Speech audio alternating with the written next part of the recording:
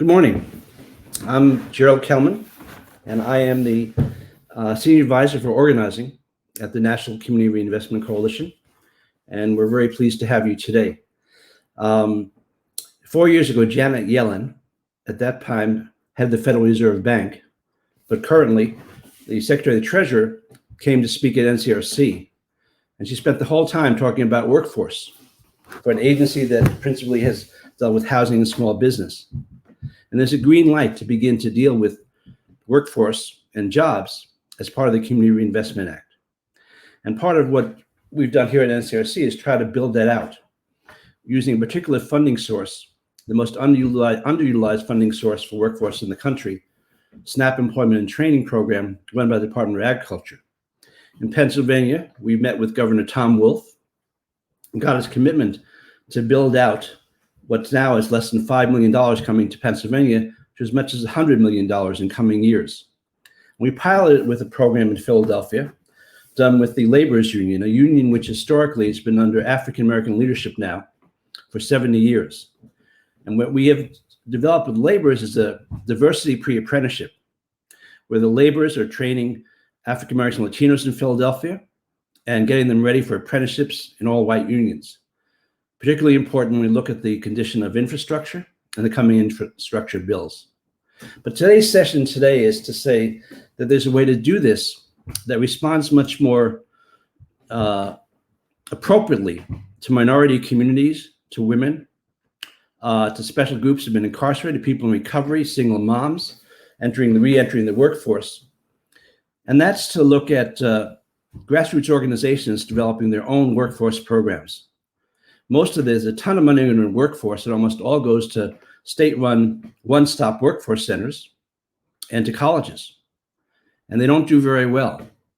In this session, we're going to try to raise the issue and perhaps ask you to join this other movement inside NCRC, which is to develop workforce programs under the leadership of the communities of the people they serve, and to do that on a relational way, which takes into consideration language, culture, and experience of those being served.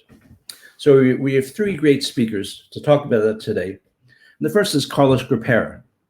Carlos is the director of the Spanish American Civic Association in Lancaster, Pennsylvania. For those who don't know, Lancaster, home of the Amish, is a majority Latino city, as is most of the cities in central Pennsylvania right now. And out of the model of SACA, which is a multi-service community organization, Carlos and colleagues developed Tech Centro, funded with almost exclusively private money, not government money, and have developed the most outstanding Latino workforce program in Pennsylvania, and one of the best in the country. And now are expanding to Reading and to soon for York. So Carlos has an exciting story to tell, and I'll let him tell it. Good morning, everyone. It is a pleasure to talk to you about this very exciting journey that we've been on, which is the advancement of community-based bilingual technology centers in our communities. The issue that we're trying to always address, and I'm sure that it's addressed in communities all across the country, is the issue of language, which keeps so many of our people from sustainable income, adult basic education, which tends to be lower, lack of skills. Unemployment is structurally 2 digits and stubbornly stays in there. Underemployment is a huge issue in our community. And there is structurally a disconnection between community and vocational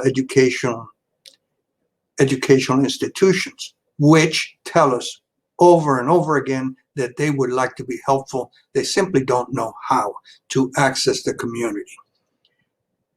The good thing is that employers want to connect with the population that we're seeking to serve, and local public officials do want the issue addressed. Mayors no longer are interested in bricks and mortar and sidewalks and picking up trash and snow removal. They're concerned about poverty in their communities. Community leaders have stopped um, emphasizing basic social services, as important as they are not the way out of poverty for our community. It is learning, raising educational level, skills training, and placement into jobs that are sustainable and lift people out of poverty. And more of our community advocates are saying this is the path forward. So the community-based workforce development centers need to be bilingual to serve our communities. They need to be located in immediate neighborhoods of greater need. They have to be high in technology, and they have to be appealing and in high standards, because we want to affect the attitude and the motivation of people that ring our doorbell. These workforce development centers cannot occur unless there are partnerships established, first with the communities and community advocates that feel the need and want to address the need. We need to have a partnership with our community colleges and our vocational institutions. We need employers also to close ranks behind us. And of course, public officials have a very important part in getting us started and keeping us sustained. I'm very pleased that a network is developing, first in Lancaster, where we were able 7 years ago to develop Tech Centro, which is a bilingual workforce development center. We have opened up a second center subsequent to that because we needed to expand and we needed to address the issue of trade occupational training. Since that time, our friends and community advocates in Reading and also in York have engaged us in a conversation about how the Tech Central model can be replicated. And I'm very pleased to say that Reading will open up its Tech Centro in July of this year. And York, Pennsylvania is also ready to open its center later part of this year as well. And we're in a conversation with our friends in Lebanon as well. So a network of community-based centers is beginning to emerge. In this effort, the role of lending institutions has been critical. We are communities that do not have the capital to address a lot of the issues that are before us, and we need strong partners in the private sector, and our lenders are key to help us get started with neighborhood assistance, with foundation grants, and simply by the force of their good offices, they open up a lot of doors for us. I can tell you that the return on investment has been very, very impressive for us. In the first 5 years, we were able to place 903 individuals in sustainable income. That has created a $27 million increase in wages in our community. Any individual that works with us for at least 4 months experiences a 40% increase in their wages. And we have an increase of $8.5 million in the local economy every year as a result of the placements that we have made with 100 additional jobs in the secondary economy as a result of these placements. We don't use those numbers ourselves. We ask our local economic development company to track this for us and report back to us what the impact and the return on investment has been for our efforts. We think that what is happening here is important because at long last, communities are seeking solutions from the bottom up rather than the top down. it is a very pleasant thing to see. Those community colleges and private education, vocational institutions that couldn't access our community, now they have a platform through these community workforce development centers to meet our community and to engage them. Now, are they offering the same amount of training that they do in their campuses? No, it is short-term training. It is customized. It has a lot of wraparound services. We're finally getting to the needs of the community as we see them, rather than they being dictated from on high to us. I hope to talk to you more about our wonderful journey in the future, but this is where we are as of today. Thank you. Thanks, Carlo. So our next speaker is Reverend Terrence Keeling. Pastor Keeling decided to preach the gospel in a unique way in East Wilmington and is transforming East Wilmington, Delaware. The Central Baptist Community Development Corporation, which we've worked closely with for a number of years now, is a model for the state of Delaware and has just changed the conversation about what a low-income African-American community can achieve. When I first met Terrence that year, East Wilmington had the highest rate of murders in the United States. Now, it has other things, and Terrence will tell you about them. Thank you, Terrence. Thanks, Jerry. Well, let me begin by giving you a little bit of background on Central Baptist Community Development Corporation, and how long we've been around and what it is that we try to do. We were started approximately 11 years ago, really in answer to problems in our community. The community that we serve is in Wilmington, Delaware, the east side of Wilmington, which at one time was a very stable, secure, middle-class African-American community. It since had deteriorated, 92% African-American, 40% of them below the poverty level. 72% of the households have incomes less than $35,000. A tremendous amount of abandoned buildings. 70% of the home ownership is rental. Only 30% was home ownership, people who own their homes.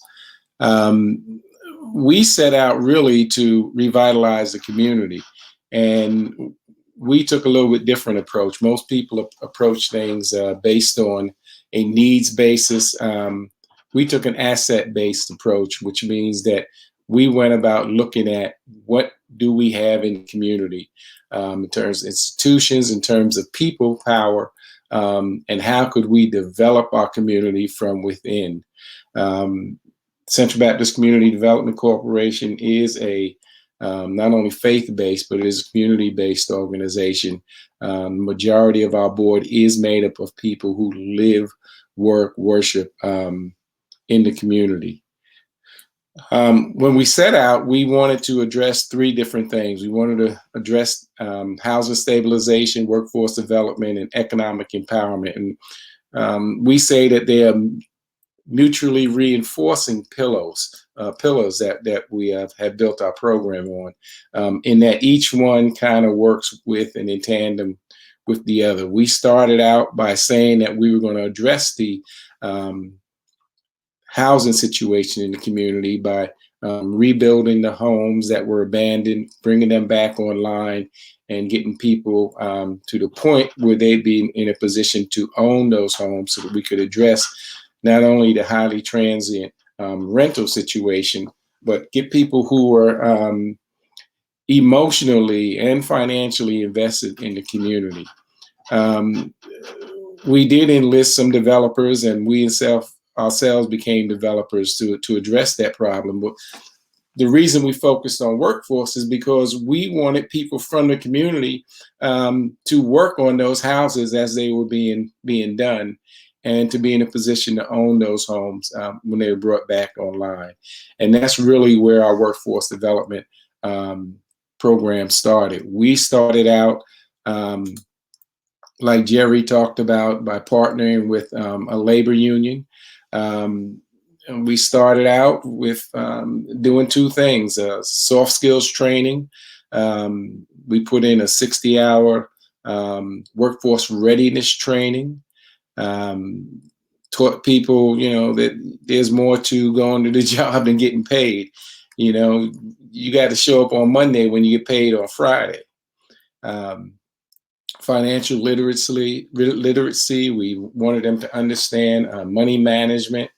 Help them develop a career pathway to employment. And then the other part was to work on the hard skills. Again, we started out with a union, and we used to actually take people from our community that we recruited, bus them out to the training center where they would get hard skills, and they would learn NCCER basic construction skills. We moved on and not only did that, but we became a center where we did the NCCER training ourselves within our community. Didn't have to bust them out anymore. We also then started to pick up other training because it wasn't just construction that people in our community needed. We wanted to be more than that, to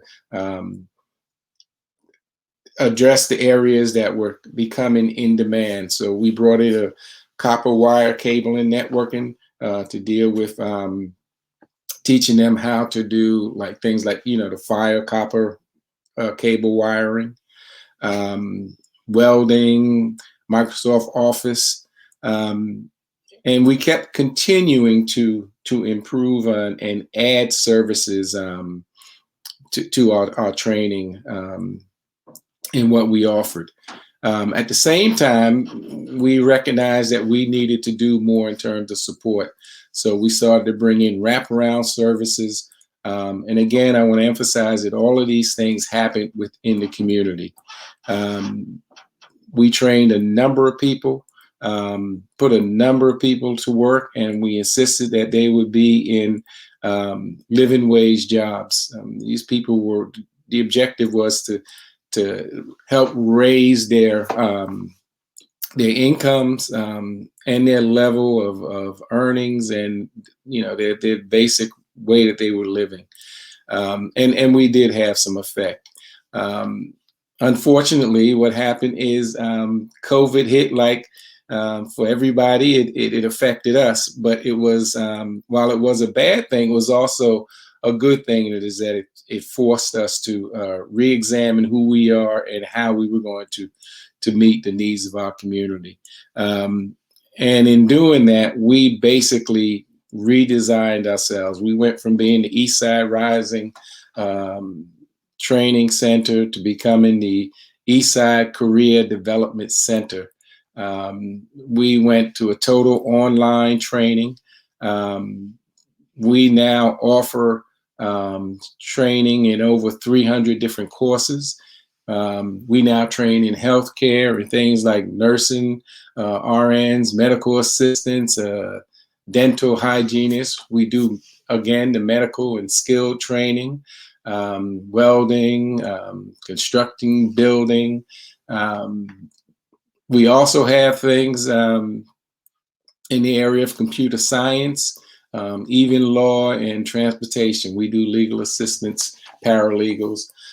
We basically have reinvented ourselves so that we are very close to being a community college, offering courses that not just people in our community, but people throughout the state of Delaware are able now to access.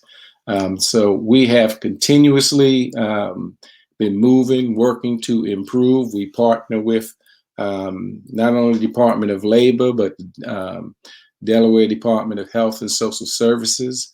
And we also receive funding from grants and foundations. We are proud of what we have done and proud of what we have become.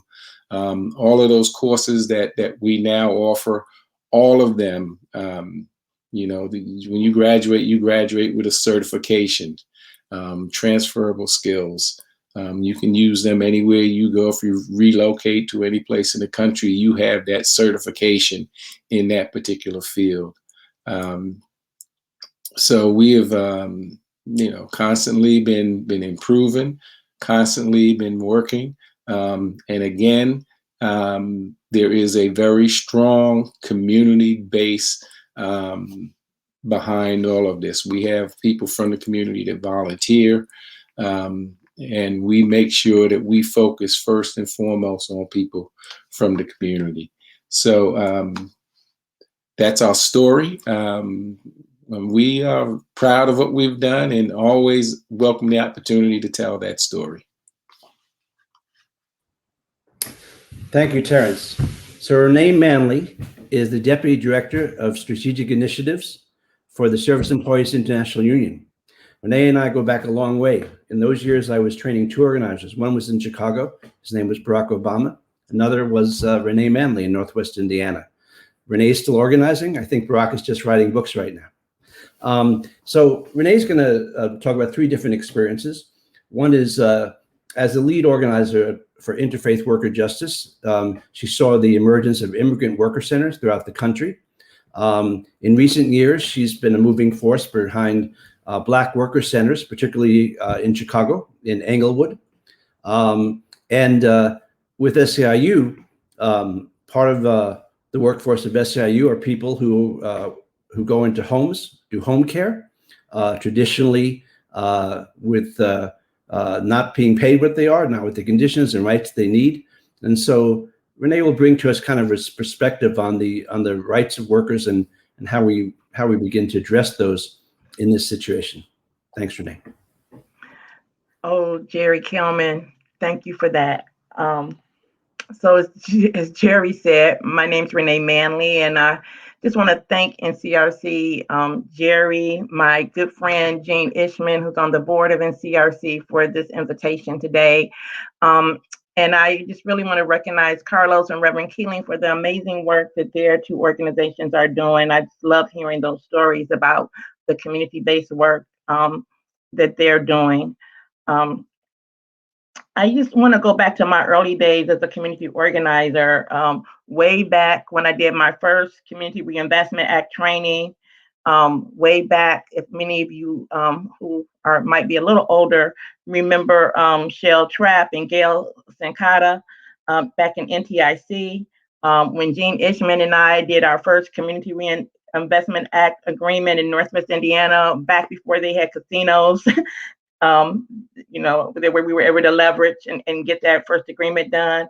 And when Jerry had me doing one-on-ones in Northwest Indiana with my church, which was a part of the organization where we were organizing, and my pastor was one of the primary leaders of that organization.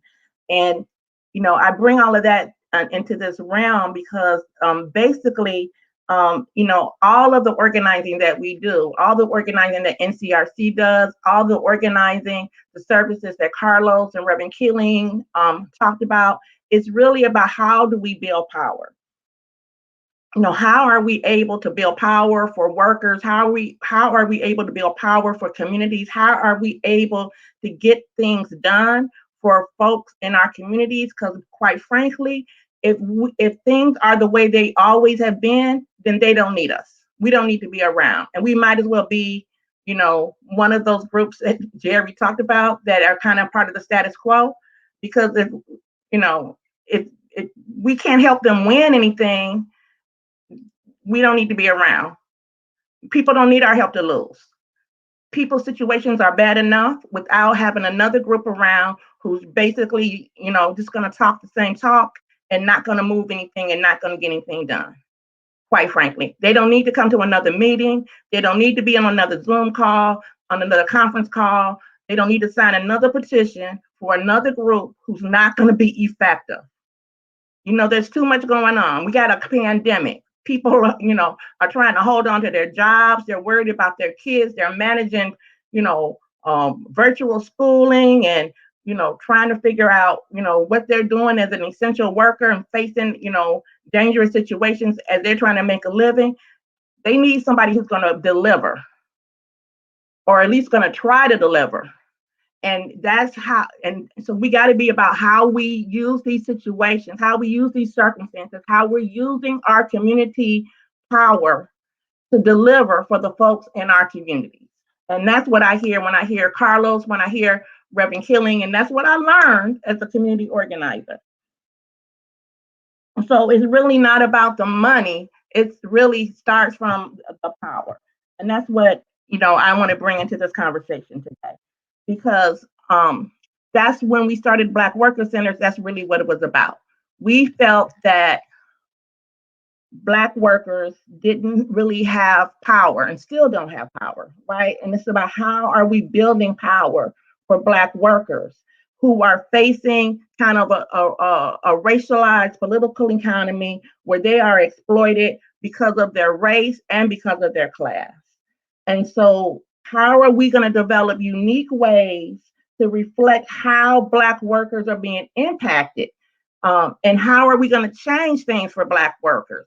How are we going to lift up the importance of Black workers? And the only way that we saw to be able to do that, or the most effective way that we saw to be able to do that, is by organizing a collective voice for Black workers in the workplace, and by working together to change public policy, by basing Black worker centers and bringing together progressive elements of the Black community, like church leaders, like progressive elected officials, like workers themselves, and formulating these policy solutions, and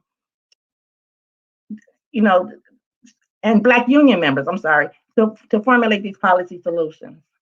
And we have to root Black worker centers in the network of Black communities and Black essential networks, because there's a robust, progressive, and effective network that gets things done in Black communities. And all we have to do is bring those folks together. And I can tell you that your board member, Jean Ishman, she's one of the most effective community organizers I know. She may not call herself that, but she's in those back rooms and in those front rooms making deals, and she can get things done. And respecting also, the gender and other impacts of diversity around issues in the Black community, which is something that we often don't think about, but we are intentional about bringing into the conversation. So as we're doing this and thinking about this, at the time when we're formulating the Black Worker Centers, as Jerry mentioned, I'm working at Interfaith Worker Justice, who has a network of immigrant worker centers. So you may be asking, so Renee, why did we have to do Black worker centers? There was already a group of immigrant worker centers. Why couldn't, the Black workers be integrated into the immigrant worker center experience? Well, I'm going to tell you why. I think the popular narrative was that immigrant worker centers and the folks running them always offered up that they were available to Black workers. And I believe that that was true. But when we talked to Black workers on the ground, they did not feel that the immigrant worker centers were welcoming to them.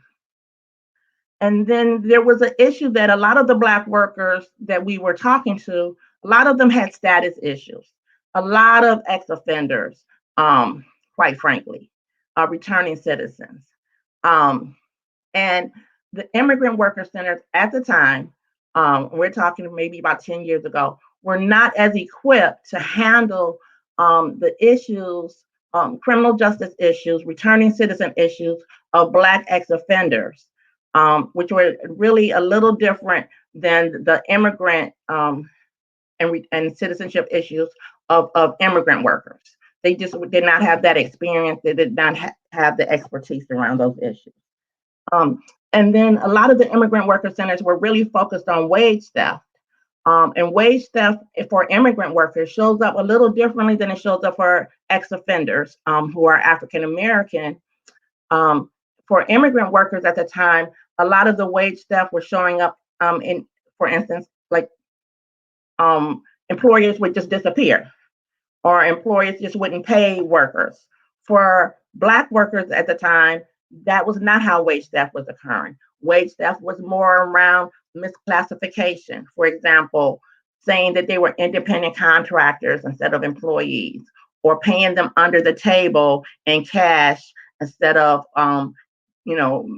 giving them a paycheck, making them work like 60 hours a week at a regular pay rate instead of giving them overtime and things like that. Some of that happening to immigrant workers as well, but just showed us up a little different for Black workers. So those were some of the reasons, and certainly was not rooted in kind of a Black worker cultural experience, which was really important as well. And so those were some of the reasons why we felt that a space that was really rooted and grounded in Black worker experience, Black communities needed a separate space.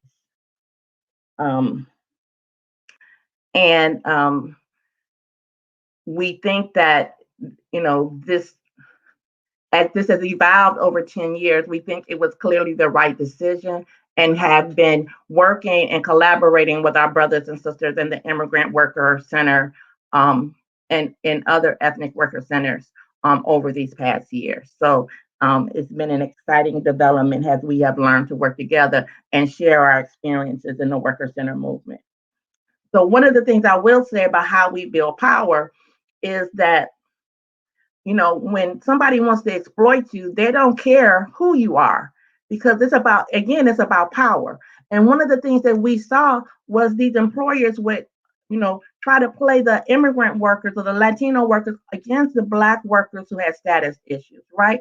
So they would threaten to call immigration on Latino workers who may have immigration issues. They would threaten to call parole or probation on, Black workers who may have had, some status issues, or who, as we say in the hood, were on paper. So they knew what they were doing. Employers knew what they were doing, and they were trying to play communities off of each other. They would, we would see employers who would have a preference for hiring, for instance, immigrant workforces as opposed to African American workers. And so those kinds of things were happening because employers were attempting to exploit workers and playing them off of each other.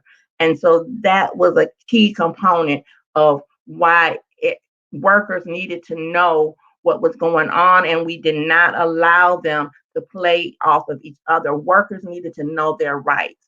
So one of the essential components of the worker centers, both the immigrant worker centers and the African American worker centers, was making sure workers knew their rights.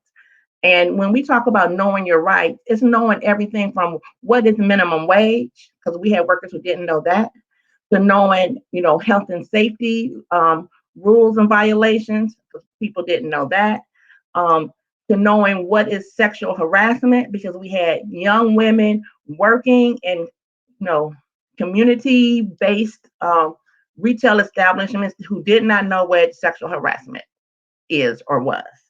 So those kinds of know your rights trainings, which are still going on today with African American worker centers, are really important. So when you hear all of this, worker centers as a community-based worker advocacy organizations for immigrant workers, for African Americans, you say, well, this sounds a lot like a union, right? Yeah, they do. They don't have maybe collective bargaining agreements, but they're advocating for justice in communities for workers who don't have a collective bargaining agreement. And I think, as I, work for SEIU and I see our work around Fight for 15, our fast food campaign, so many elements of the work that I've done for the worker centers, I see that, evident in some of these other campaigns. But I just want to, transition us a little bit to how we see, the care industry and opportunities there. Because when you look at the care industry, child care, senior care, we see thousands of boomers, baby boomers, turning 65 every year. Now, the demographics of this country are becoming older, and we want to, the boomers want to maintain their independence. They want to stay home. And it's better for the community. Community-based care is where we should be going. It saves money and it helps people maintain their independence. But what hasn't happened is that the care industry jobs have not provided either the type of training and the type of pay to encourage people to seek the type of profession that is a profession. And I will go back to last April and last March in the throes of the pandemic. If y'all remember when the term essential workers was first coined. Y'all remember that? When healthcare workers and delivery drivers and grocery store clerks were all seen as heroes, and they were nursing home workers, and they were given all of this extra pay, sick leave, hazard pay. All of that disappeared probably in about 4 or 5 months, right? But these people were putting their lives on the line, going out every day to provide essential services. Well, that's basically what's going on in the care industry, right? Because home care workers were going out and taking care of folks every day, either way. Nursing home workers were going out, literally showing up for work, even when those nursing homes were on lockdown. When you couldn't go see grandma, those nursing home workers had to go in there. And those were the hottest spots during the pandemic.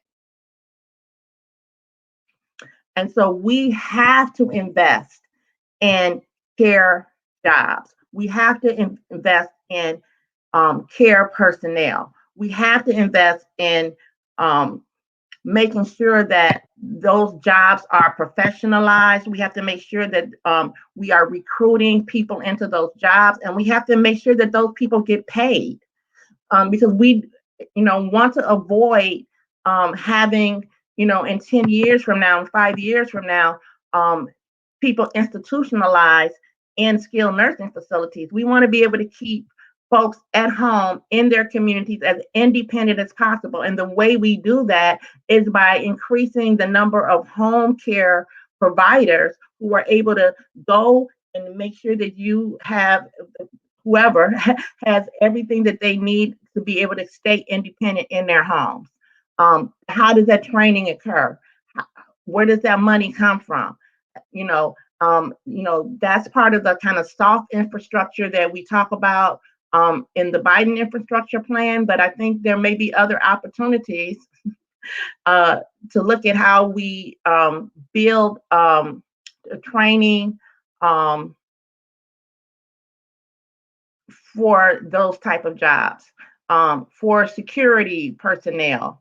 You think about how that's going to change in a post-pandemic environment.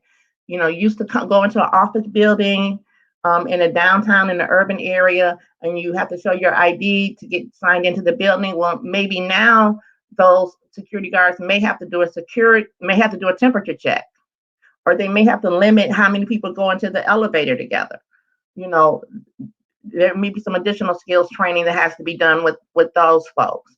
You think about a building janitor or a janitor at an airport, during the pandemic and in post-pandemic, they have to have extra training because they have to sanitize, those facilities in a different type of way. So that type of training and how we skill up those folks in a way that keeps them safe and keeps the public safe is really important. So, there are opportunities to raise up the level of those jobs that would typically are low wage jobs, which typically are very, maybe very gendered and how we look at them with a lot of women, primarily people of color. But again, if we are building power through the union, through pushing, through advocacy, through policy, as we build power, we can change the situation for these workers. Through the worker centers, we're changing policy and we're increasing and making a difference for Black workers. And that's really what it's about at the end. How do we change the situation for workers so that workers are not exploited, so they're not taken advantage of? And so when we say they're essential, they're being treated like they're essential. So thank you. Okay, I'm going to make a couple of points, then we'll open up for questions. We're in effect inviting you to work with us to create a workforce program in your community as part of a coalition or as part of your organization. And those workforce programs can look very different one from another. As you heard from Terrence and Renee and from Carlos, there's different models. I mentioned a pre-apprenticeship run with unions. Renee is talking about home workers. You can establish work training program for them. On the southwest side of Philadelphia with Southwest CDC, we're looking at public housing residents and the Philadelphia Housing Authority. We're in Tampa, Florida. The city and the major corporations are talking. Again, in Philadelphia, the district attorney who's trying to reform the criminal justice system from the inside is looking at creating an RJ, Restorative Justice Center, a peace center modeled after the model of Chicago, linking up at-risk young adults and folks who've been incarcerated to jobs. So you can design it according to your community and the relationships there. The second thing I want to mention is just to talk about how we evolved into this. About 8 years ago, we began our growth program, which is now rehabbing about $100 million worth of houses a year nationally. And Ed Gorman, who's our director of development, is an experienced workforce hand, and he thought we would train people in construction while we rehab the houses. That didn't work. We hired Bob Hassinger, who's not here this morning, but Bob had been at one point the advisor for the New York State Department of Adult Education. New York State uses about $135 million of SNAP employment and training funds, and each year, and they have for about 15 years. Compare that to Ohio, which uses less than $5 million, or to Pennsylvania, which loses less than $5 million. So we've begun to figure out why that source is being used and begin to get it used in a grassroots way. And it matches dollar for dollar other dollars you have. So working with USDA, working with State Human Services Department, there's an opportunity here for really to expand the kind of organizations offering workforce training to populations that are really being ignored by a one-stop model run by the state or by the college. So let's see if you have any questions, and thank you for being here this morning.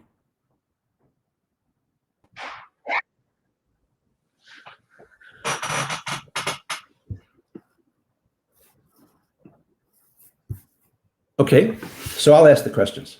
Chloe, I'm not seeing anything on the board. Is that right? Okay.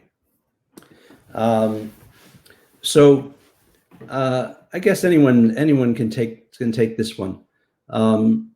What is it that we're finding that minority populations, women. Oh, here we go. Are the programs allocated funds for instruction offered nationally? If so, can you direct me into specifically for Ohio? I'll take that one. That's from Euless Morse. No, it's national funding, but it'll come through Job and Family Services in Ohio. Thing is, they're not using the program now. So wherever you are, if you want to work with us, we will work with the UNJFS to begin to get a program approved. We've just been, Huntington Bank, as part of their renewed CBA agreement, has agreed to fund workforce efforts of NCRC in Ohio. And we'll use those funds to work with you to offer technical assistance and to convince the state. We'll be working in different places. I'm particularly working right now in Columbus and in Ohio, Appalachia. But wherever you are, start with us, and we'll try to navigate you through the process with JFS at the state level, and then with USDA at the national level. And a question from Anne. How do you see current funding playing into the mix? ARP funding. So the American Leaf Act, I assume Anne is talking about. So I think we don't get the money unless we fight for it. I'll go back to Renee's point of view. They will give it to the same old. They will keep taking the money. Terrence can tell stories, right? They won't perform. They won't reach the populations, but they'll keep getting the money. I'm sorry to be so negative about this. I'm pleased with the act. So I think if we organize, Anne, and we organize in Connecticut, we can change that. So American Recovery, and clarified. We can change that. We have to fight for the dollars. I think that Carlos can tell that even Tom Wolf, who we work with, when he decided to put more money in, didn't give it to the Latino community. He gave it to the same old folks. Now, the other thing I want to mention, not so much in this act, but I think we have to factor in infrastructure. There is already a huge infrastructure need. There'll be a lot of infrastructure money coming along, and we know that Joe Biden defines infrastructure much more broadly than the Republicans would. So those dollars are there. The question is, will they reach the African American Latino communities? Because they won't. I'm telling you, unless we organize both as unions, as grassroots organizations, and advocacy groups. So I think the opportunities are there, but we have to start strategizing and organizing right now.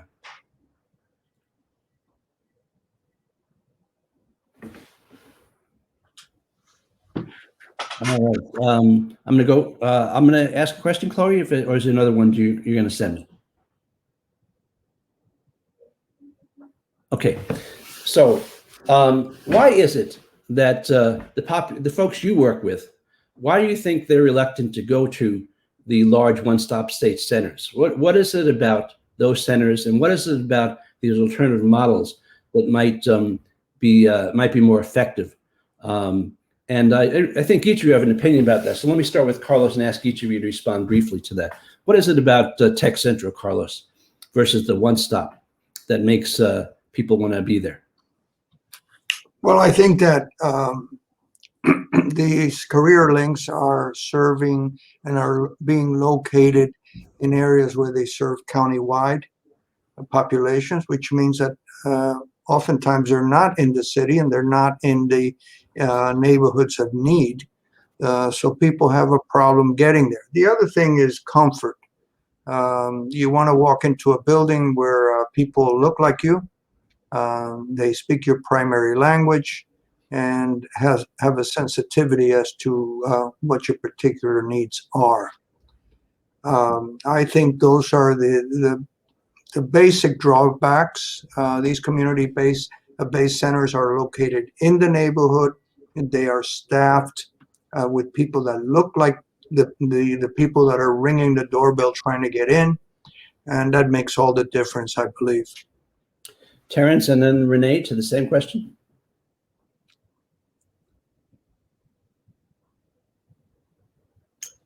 Yeah, I think that Carlos is right. I think it's the location. You know, the biggest thing about what we do is we're in the community.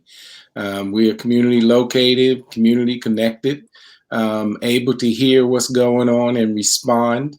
And people feel, there's a sense of trust. And I think that that is vitally important and not just what we do, but anytime you're trying to address the issues that we're all talking about. Renee? Yeah, I agree. And I also think that the cultural competency issue is something not to be underestimated. You know, people who kind of understand and who can really relate to some of the barriers that folks are facing in terms of their participation in these programs is really important. And you know, having that community relationship and basis of trust, as Reverend Keeling said, is not to be underestimated in terms of, you know, gaining that participation. And folks who really who are invested in your success, you know, like truly invested in your success, that is really important. Thank you. So let's talk about fundraising. I don't know a fiercer advocate for social justice than John Taylor, who's soon to retire from NCRC after founding us. But John wasn't just a strong advocate, he raised money. And if we don't raise money, we can't do this stuff. So let's talk about your experience raising monies for your job training programs or the worker centers, and then I'll make some comments there. And whoever wants to go first on that one. Well, I can certainly talk about difficulties raising money. The first couple of years, it was a matter of being recognized. You know, there's that old good old boys network that people who always got funded. And we were new and trying to break in and had to make some inroads. That was a difficult thing to do. And then there's always the bureaucracy of dealing with some of the agencies that we had to deal with, who had their favorites that we had to break in and, you know, become, you know, where they recognize us and realize that, you know, we were being effective. One of the things that did help was when Bob came along, NCRC, and we started to show them the funds they were leaving on the table through the SNAP program. And that's really what gave us the inroads and gave us a chance to prove what we could do. Renee, Carlos, on fundraising?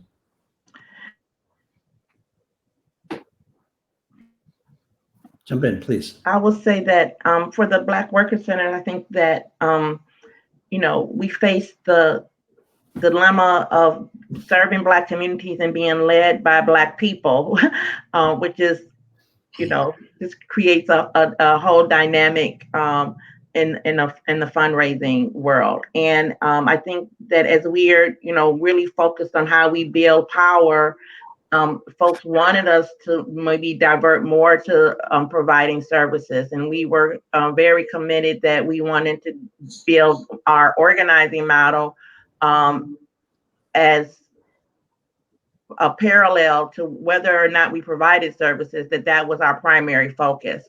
And, you know, in the early days, we got a lot of pushback. I think, you know, in the last 2 years, certainly it's been a lot easier for Black-led organizations since there's been a reckoning around racial justice. But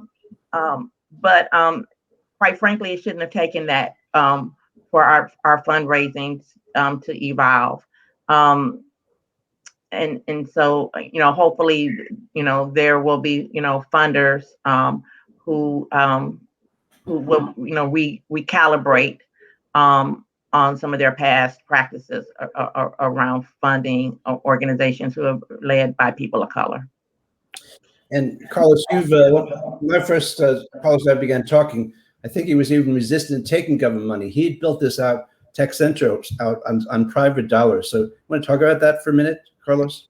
Well, I was speaking with a legislator this morning and telling him that, you know, for the last 7 years, we've been nickel and diming things, which is okay when you get started, but that's no longer acceptable. Too much work has been done in our community to address the issue of workforce development. And we have business at the table, we have local officials at the table. It's time for the state to take a significant role here. I'll let you know how that goes, how that conversation goes later. But in the meantime, so as not to be too confident in what government can do and the bureaucracy can do, we have set up a foundation, and we are slowly building it up with help from our corporate partners and philanthropic friends. And we want to get to a $10 million fund that will pay for roughly a third of the operation of our facility. And we've got a long way to go, needless to say, but we have gotten started, and we'll continue to push that that foundation forward. So sometimes you succeed to place people in jobs, and they don't get retained, and often that's put on the employee. But in fact, they don't get retained because of what's happening in the workplace, the employers.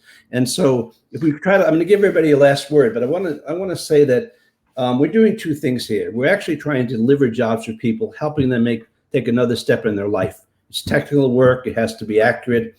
They need all that stuff. But that's the foundation for organizing. That's its foundation to challenge the direction work is going in the United States, and to building a base to do that with banks and other people. So each have a minute for a last word. Let's start with Renee and go the other direction. And we just have 1 minute, no more. Yes. So we have to build power, and we have to challenge power. One way we're challenging power is holding financial institutions accountable for the impacts of their core business practices at SEIU. We filed shareholder resolutions calling for racial equity audits, where they have to engage community stakeholders on the impacts of their core business practices. I know we've talked to Jesse and other folks at NCRC about this, but we also want to make sure that they're engaging the right community stakeholders so that folks can take advantage of these opportunities and really talk to these financial institutions about what the community needs are. And I think that's a really unique opportunity in these days and times to engage. Terrence? Yeah, so I'll be brief. Upskilled. The people that we started out serving were people who did not have jobs. The people we're serving now, people who have jobs, who realize that they need more skills and certifications in order to not only advance, but the way things are changing. So workforce itself is changing, and there is more of a need for what we do now than ever. Carlos. We have to be, as community-based centers, to be a second chance system, third chance system. The light is always on. If your placement holds and it's good, great, we won't see you again. But if something happens, you come back. And I think that's the value that we bring to the table. The other side of that is that we can serve to educate the employer community as to changes that they need to make to retain their workers. We get a lot of complaints from the restaurant business sector that they can't find people, but we tell them, look what you're paying. You're going to continue to have this problem unless you get people in sustainable incomes. Thank you for joining us today, and we'll be out working in these communities along with you. God bless. Take care. Thank you. God bless.